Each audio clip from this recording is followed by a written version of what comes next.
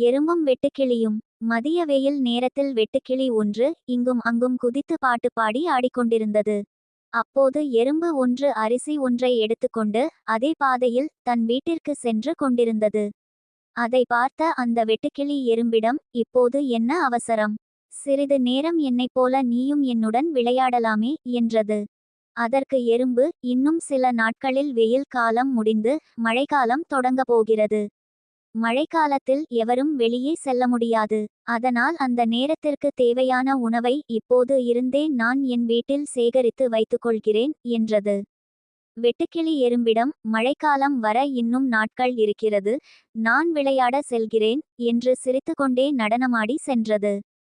நாட்கள் கடந்தன. மழைக்காலமும் வந்தது. தான் சேகரித்த உணவை உண்டு தன் வீட்டிலே எறும்பு இருந்தது. ஆனால் அந்த வெட்டுக்கிளிக்கோ உணவு ஏதும் கிடைக்காமல் உணவு தேடி மழையில் சுற்றித் திரிந்தது. அப்போது வெட்டுக்கிளிக்கு, எறும்பு உணவு சேகரித்து வைத்து இருக்கும், அதனிடம் கேட்டு பார்க்கலாம் என்ற எண்ணம் வந்தது. வெட்டுக்கிளி எறும்பின் வீட்டிற்கு வந்து எறும்பிடம், எனக்கு மிகவும் பசிக்கிறது, ஏதாவது உணவு கிடைக்குமா என்று கேட்டது.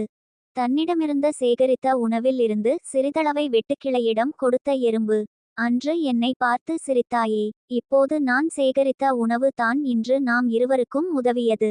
இனி நீ எப்போதும் சோம்பலில்லாமல் வெயில் காலத்தில் மழைக்காலத்திற்கு வேண்டியதை சேமித்துக்கொள் என்றது.